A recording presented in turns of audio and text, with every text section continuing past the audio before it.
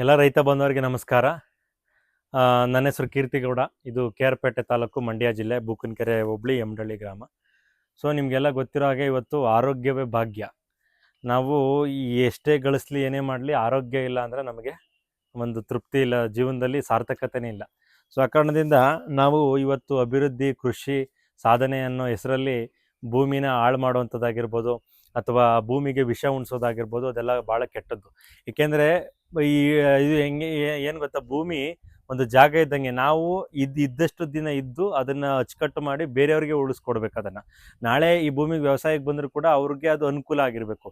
ನಾನೀಗ ಏನೇನೋ ಹಾಕಿ ಅದನ್ನು ಕೆಮಿಕಲ್ಸ್ ಹಾಕಿ ಸುಟ್ಟಾಕಿ ಭೂಮಿನ ಹಾಳು ಮಾಡಿ ನೆಕ್ಸ್ಟ್ ಜನ್ರೇಷನ್ಗೆ ನಾವು ಕೊಡಬೇಕಾಗಿರೋಂಥ ಏಕೈಕ ಆಸ್ತಿ ಅಂದರೆ ಭೂಮಿ ಮಾತ್ರ. ಆ ಕಾರಣದಿಂದ ಎಲ್ಲರಿಗೂ ಸಾವಯವ ಕೃಷಿಯನ್ನು ಮಾಡಿ ಸಾವಯವವಾಗಿ ಬೆಳೆದಾಗ ಮಾತ್ರ ನಮ್ಗೆ ಒಳ್ಳೆ ಅನುಕೂಲ ಆಗುತ್ತೆ.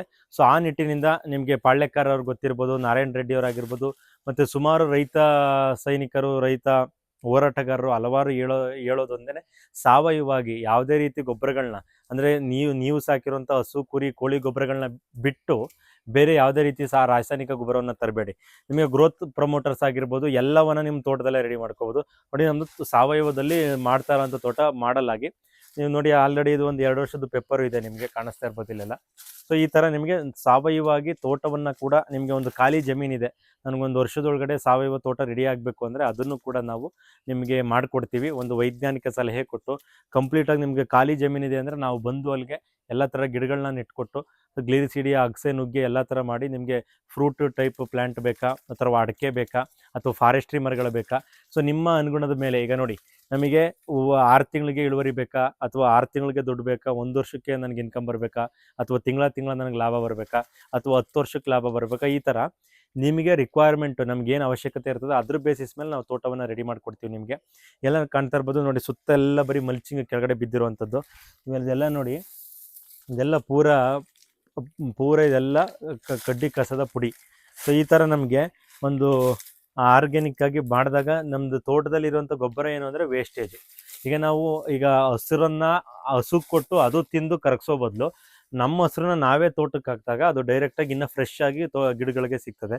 ಸೊ ಲೈವ್ ಫುಡ್ ಆಗಿ ನಾವು ಮಾಡ್ಕೋತೀವಿ.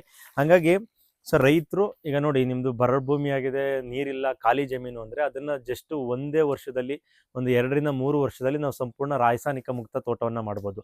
ಈ ಇಂಪಾರ್ಟೆಂಟಾಗಿ ಗ್ಲಿರಿಸೀಡಿಯಾವನ್ನು ಬೆಳ್ಕೊಂಡ್ರೆ ಅದನ್ನು ಲೆಗ್ಯೂಮ್ನಸ್ ಪ್ಲ್ಯಾಂಟ್ ಅಂತ ಕರಿತೀವಿ. ಗ್ಲಿರಿಸೀಡಿಯಾ ನಮಗೆ ಸುಮಾರು 1,000 ಗಿಡ ಇದೆ ಅಂದರೆ ಒಂದು ಎಕರೆಯಲ್ಲಿ ನಮಗೆ ಅದೇನಿಲ್ಲ ಅಂದರೆ, ನಮಗೆ ಏನಿಲ್ಲ ಅಂದರೆ 10 ಟನ್ 20 ಟನ್ ಗೊಬ್ಬರವನ್ನು ನಮಗೆ ಕೊಡ್ತಾ ಹೋಗ್ತದೆ. ಅದೆಲ್ಲ ಮಲ್ಚಿಂಗ್ ಮಾಡ್ತಾ ಬಂದರೆ ಅಲ್ಲಿ ಹ್ಯೂಮಸ್ ಕಂಟೆಂಟ್ ಕ್ರಿಯೇಟ್ ಆಗುತ್ತೆ. ಒಂದು ಆರ್ಗ್ಯಾನಿಕ್ ಕಲ್ಚರ್ ಅನ್ನೋದು ಡೆವಲಪ್ ಆಗ್ತಾ ಹೋಗ್ತದೆ. ಅಲ್ಲಿ ಎಲ್ಲ ಬ್ಯಾಕ್ಟೀರಿಯಾಗಳು, ಎರೆಹುಳುಗಳು ಎಲ್ಲ ಅಭಿವೃದ್ಧಿ ಆಗ್ತಾ ಹೋಗ್ತದೆ.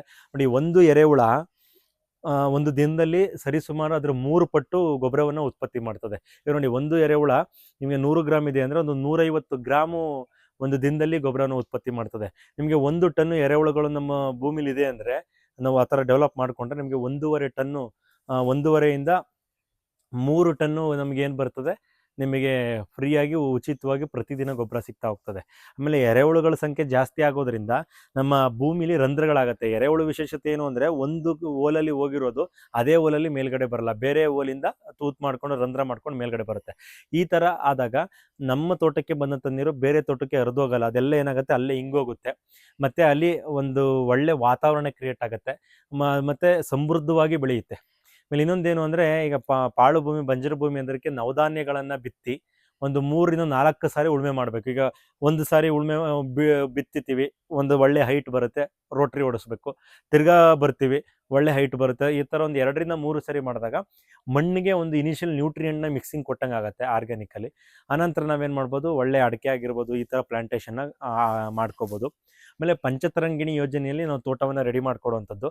ನಿಮಗೆ ಅಡಿಕೆ ಆಗಿರ್ಬೋದು. ನೋಡಿ, ಈಗ ಒಂದು ತೋಟದಲ್ಲಿ ಇವರು ನಾರಾಯಣ ರೆಡ್ಡಿ ಅವ್ರು ಹೇಳೋ ಮುಖಾಂತರ, ಒಂದು ತೋಟದಲ್ಲಿ ಹುಳಿ, ಉಪ್ಪು, ಖಾರ, ಸಿಹಿ, ಕಹಿ ಎಲ್ಲ ಇರಬೇಕಂತೆ. 5 ಥರದ ಒಂದು ಇದ್ರಾಗ ಮಾತ್ರ ಊಟ ಹೆಂಗೆ ರುಚಿಸುತ್ತೋ ತೋಟ ಕೂಡ ಅದೇ ಥರ ರುಚಿಸುತ್ತದೆ.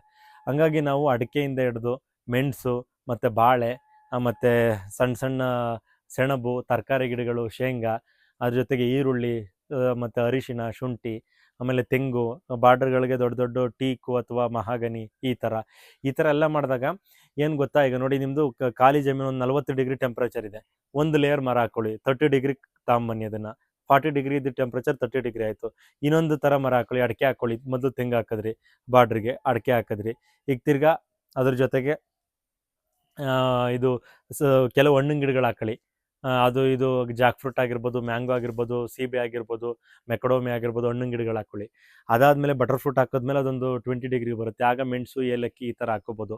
ಹಿಂಗೆಲ್ಲ ಒಂದು ಏನು ಗೊತ್ತಾ ನಿಮಗೆ, ಸಾವಯವದಲ್ಲಿ ಮಾಡೋದ್ರಿಂದ ಉಪಯೋಗ ಏನಂದರೆ ಮಣ್ಣು ಹಾಳಾಗಲ್ಲ.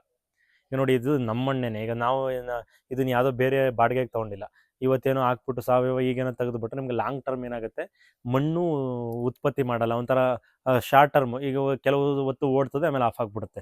ಹಾಗಾಗಿ ನೀವು ನಿರಂತರವಾಗಿ ನಾನು ಕೃಷಿಯಲ್ಲಿ ಬದುಕಬೇಕು, ಅದರಿಂದ ಆದಾಯ ತೆಗಿಬೇಕು, ಉತ್ಕೃಷ್ಟವಾಗಿ ನಮ್ಮ ಲೈಫು ಕೂಡ ಚೆನ್ನಾಗಿರಬೇಕು ಅಂದರೆ ಸಾವಯವ ಮಾಡಲೇಬೇಕು. ಹಾಗಾಗಿ ನಿಮಗೆ ಸಾವಯವದ ಕೃಷಿಯ ಬಗ್ಗೆ ಯಾವುದೇ ರೀತಿ ಸಲಹೆಗಳು ಬೇಕಾಗಿದ್ದರೆ ಓಪನ್ ಆಗಿ ನಮ್ಮನ್ನು ಕಾಂಟ್ಯಾಕ್ಟ್ ಮಾಡಿ, ನಿಮಗೆಲ್ಲ ರೀತಿಯಾದಂಥ ಒಂದು ಸಲಹೆ ಸೂಚನೆಗಳನ್ನ ನಾವು ನಿಮಗೆ ಕೊಡ್ತೀವಿ. ಮತ್ತು ಈಗ ನಿಮಗೆ ಹೊಸ್ದಾಗಿ ಜಮೀನು ತೊಗೊಂಡಿದ್ದೀರಾ, ನಿಮಗೆ ಮಾಡೋಕ್ಕೆ ಗೊತ್ತಾಗ್ತಿಲ್ಲ ಪ್ಲ್ಯಾನಿಂಗ್ ಯಾವ ಥರ, ಯಾವ್ಯಾವ ದಿಕ್ಕಲ್ಲಿ ಯಾವ್ಯಾವ ಮರಗಳನ್ನ ನಾಟಿ ಮಾಡಬೇಕು, ಮತ್ತು ನಿಮ್ಮ ಸ್ಲೋಪ್ ಯಾವ ಥರ ಇದೆ, ಸೂರ್ಯ ಹುಟ್ಟೋ ದಿಕ್ಕು, ಮುಳುಗೋ ದಿಕ್ಕು, ಯಾವ್ಯಾವ ಹಂತದಲ್ಲಿ ಯಾವ್ಯಾವ ಅಂದರೆ ನಿಮ್ಮ ರಿಕ್ವೈರ್ಮೆಂಟ್ ಪ್ರಕಾರ, ನಾನು ಆಲ್ರೆಡಿ ಹೇಳ್ದಂಗೆ ನಿಮ್ಮ ಇನ್ಕಮ್ ಸೋರ್ಸು 6 ತಿಂಗಳಿಗೆ ಬರಬೇಕಾ, 1 ವರ್ಷಕ್ಕೆ ಬರಬೇಕಾ, 10 ವರ್ಷಕ್ಕೆ ಬರಬೇಕಾ, ಅಥವಾ ತಿಂಗಳ ಬರಬೇಕಾ, ಈ ಥರ ನಾವು ನುಗ್ಗೆಯಲ್ಲಿ ಆದಾಯ ತೆಗಿಬೋದು. ಆ ಸೊಪ್ಪನ್ನು ಮಾಡಿ ಅದರಿಂದ ಪೌಡ್ರ್ ಮಾಡಿ, ಈಗ ನುಗ್ಗೆ ಪೌಡ್ರೆಲ್ಲ ಮಾರ್ತಾ ಇದ್ದಾರೆ. ಈ ಕಾರಣದಿಂದ ಪ್ರತಿಯೊಂದರಲ್ಲೂ ಆದಾಯ ಇದೆ. ಅಂದರೆ ರೈತ ಉದ್ಯಮಿ ಆಗಬೇಕು, ತಾನು ಬೆಳೆದಂಥ ಪದಾರ್ಥಗಳನ್ನು ತಾನು ಮಾರಾಟ ಮಾಡ್ಕೊಳ್ಳೋಂಥ ಶಕ್ತಿ ಅವನಲ್ಲಿ ಬರಬೇಕು. ಮತ್ತು ಒಂದು ಅವನದೇ ಆದಂಥ ಓನ್ ಬ್ರ್ಯಾಂಡಿಂಗಲ್ಲಿ ಅವನು ಕ್ರಿಯೇಟ್ ಮಾಡಿಕೊಂಡು ಅದನ್ನು ಮಾರುಕಟ್ಟೆಗೆ ಬಿಟ್ಟು ಅಪಾರ್ಟ್ಮೆಂಟ್ಗಳಿಗೆ, ಸಂಬಂಧಿಕರಿಗೆ ಅದನ್ನು ಪ್ರಮೋಟ್ ಮಾಡಿದಾಗ ಅಲ್ಲಿಂದ ಒಳ್ಳೆ ಅಭಿವೃದ್ಧಿ ಆಗೋಕ್ಕೆ ಸಾಧ್ಯ ಆಗ್ತದೆ. ಈ ಕಾರಣದಿಂದ ಸಾವಯವ ತೋಟಗೆ ನೋಡಿ ನಾವು ಒಂದು ಗ್ಲಿರಿಸಿಡಿ ಹಾಕಿ ನಾವು ಇದು ಅಡಿಕೆಗೆ ಮಾಡಿರೋದು, ನಾವು ಗ್ಲಿರಿಸಿಡಿ ಹಾಕಿ ಜಸ್ಟ್ ಒಂದು 8 ತಿಂಗಳು 9 ತಿಂಗಳಿಗೇ ಮೆಣಸು ಹಾಕ್ಬೋದು, ಆಗ ಅಲ್ಲಿ ಆರಂಭ ಆಯಿತು.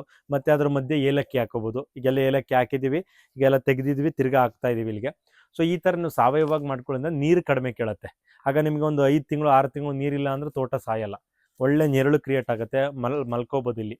ಸೊ ಈ ಥರ ನಿಮ್ಗೆ ಒಳ್ಳೆ ಆರ್ಗ್ಯಾನಿಕ್ ತೋಟಗಳನ್ನ ನಾವು ರೆಡಿ ಮಾಡಿಕೊಡ್ತೀವಿ, ಮತ್ತು ನಿಮಗೆ ಸಲಹೆ ಸೂಚನೆಗಳೆಲ್ಲ ಕೊಡ್ತೀವಿ. ಆಮೇಲೆ ನೀವು ಬಂದಿರೋ ಪ್ರಾಡಕ್ಟು, ಮುಖ್ಯವಾಗಿ ನೀವು ಬಂದಿರೋ ಪ್ರಾಡಕ್ಟು ಕೂಡ ನಮ್ಮ ಅಂಡರಲ್ಲೇ ನೀವು ಮಾರಾಟ ಮಾಡ್ಕೋಬೋದು. ಅವರನ್ನ ನಂಬರ್ಗಳಾಗಿರ್ಬೋದು ಅಥವಾ ಕಾಂಟ್ಯಾಕ್ಟ್ ಡೀಟೇಲ್ಸ್ ಆಗಿರ್ಬೋದು ನಾವೆಲ್ಲ ಕೊಡ್ತೀವಿ. ನಿಮಗೆ ಇದು ಹಣ್ಣು ಬಂತು, ಮೆಣಸು ಬಂತು, ಏಲಕ್ಕಿ ಬೆಳಿತೀರಾ, ಅಡಿಕೆ ಬೆಳಿತೀರಾ, ತೆಂಗು ಬೆಳಿತೀರಾ, ನೀವು ಓಪನಾಗಿ ಮಾರುಕಟ್ಟೆ ಮಾಡ್ಕೋಬೋದು. ಹಿಂಗೆ ರೈತನಿಗೆ ಗಿಡ ಕೊಡೋದ್ರ ಜೊತೆಗೆ ವೈಜ್ಞಾನಿಕ ಮಾಹಿತಿ, ಸಲಹೆ ಸೂಚನೆಗಳು, ಮತ್ತು ಮೇಂಟೆನೆನ್ಸು, ಮತ್ತು ಅಲ್ಲಿ ಬಂದಿರೋಂಥ ಇಳುವರಿಯನ್ನು ನಾವು ತೊಗೋತೀವಿ. ವಾಪಸ್ ಅವ್ರಿಗೆ, ರೈತರಿಗೆ ಒಂದು ಅನುಕೂಲ ಆಗೋ ರೀತಿ ನಾವೆಲ್ಲ ರೆಡಿ ಮಾಡಿಕೊಡ್ತೀವಿ.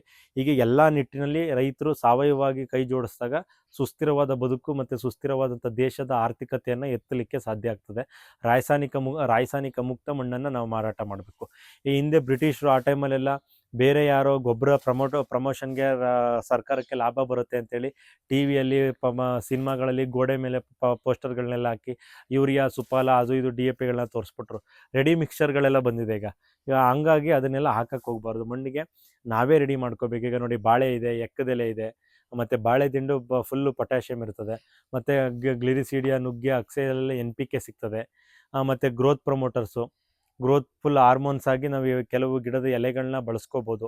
ಈ ಥರ ಎಲ್ಲ ನಮ್ಮ ತೋಟದಲ್ಲೇ ಮಾಡಿಕೊಂಡಾಗ ನಮಗೆ ಒಂದು ಸುಸ್ಥಿರವಾದಂಥ ಬದುಕನ್ನು ಕಟ್ಟಲಿಕ್ಕೆ ಸಾಧ್ಯ ಆಗ್ತದೆ. ಈ ಎಲ್ಲ ನಿಟ್ಟಿನಲ್ಲಿ ರೈತರು ಮಾಡಿ. ನಿಮ್ಗೆ ಯಾವುದೇ ರೀತಿ ಸಲಹೆ ಸೂಚನೆಗಳು ಬೇಕು ಅಂದರೆ ನಮ್ಮನ್ನು ಕಾಂಟ್ಯಾಕ್ಟ್ ಮಾಡಿ. ಎಲ್ಲರಿಗೂ ನಮಸ್ಕಾರ. ಈ ಚಾನಲ್ಗೆ ಸಬ್ಸ್ಕ್ರೈಬ್ ಆಗಿ ಮತ್ತು ಲೈಕ್ ಮಾಡಿ, ಎಲ್ಲರಿಗೂ ಶೇರ್ ಮಾಡಿ. ನಮಸ್ಕಾರ.